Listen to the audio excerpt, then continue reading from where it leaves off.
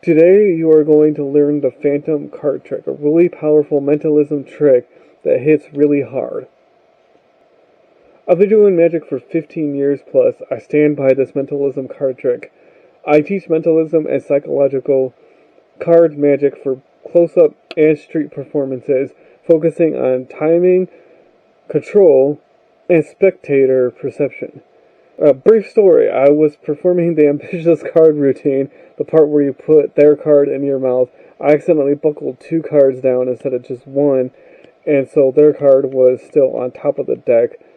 I just redid that whole part. So I'm going to show you and do a performance of the Phantom card trick. You'll get an idea of how and why it hits so hard.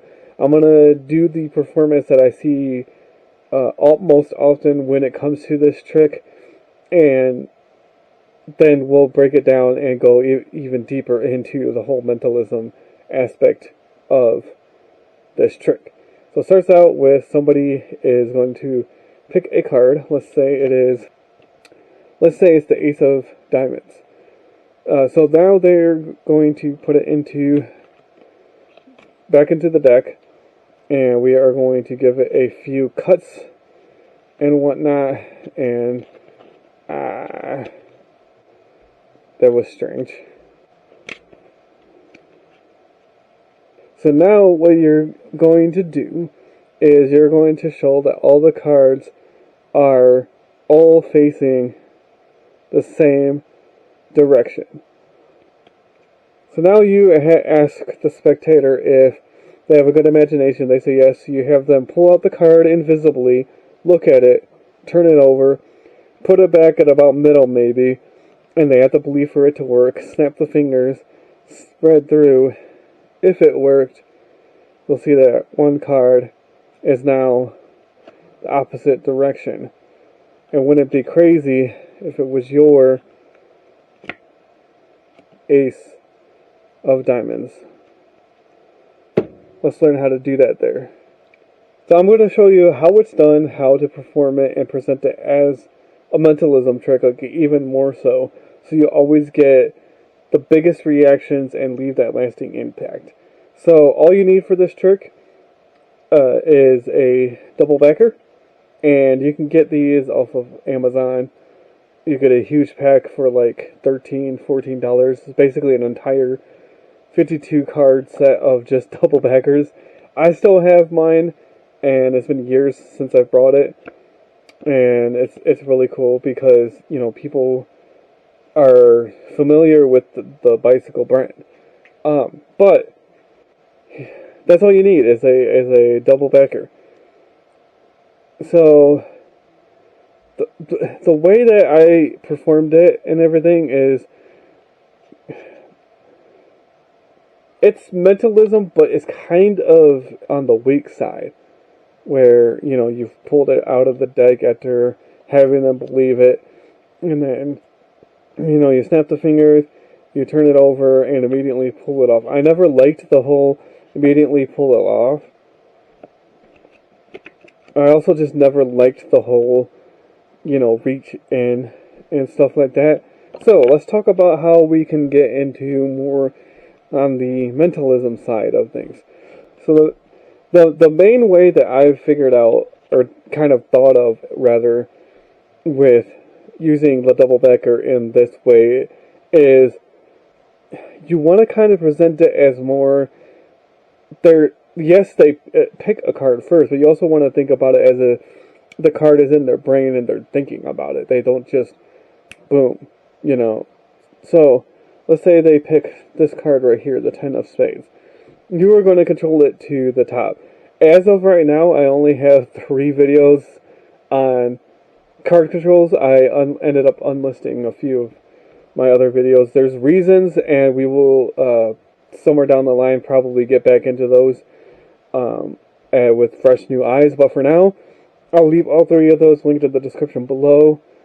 Pick your favorite. It's the double undercut, the other card control, and the turnover pass. So you could do the turnover pass. I ended up doing this during the performance. However, when you saw me fumble, it's because I had a loose card on top. So try not to do that if you're going to do this card control. But their card is now on top. If you do kind of fumble around like that, just do something like this. I'll leave that linked in the description below. That it keeps the deck in order. Once you're set, once you're done, you can also do this little bad boy right here. Once you're done and their card is on top and the double backer is now on somewhere in the middle, right there, you are then going to be like, I don't remember if I did this during the performance, but you need to show them, hey, all the cards are now face down, facing the same direction right now. So then you are going to do one of two things, depending if you have a table. If you have a table, set the deck face up and just leave it on the table. If you're standing, just turn it face up in your hand and go from there. So what you're going to do from there is you're going to tell the spectator in their minds, not just, doing this, but in their minds, imagine their card turning itself over in the deck. Tell them to physically imagine their card turning itself over in the deck.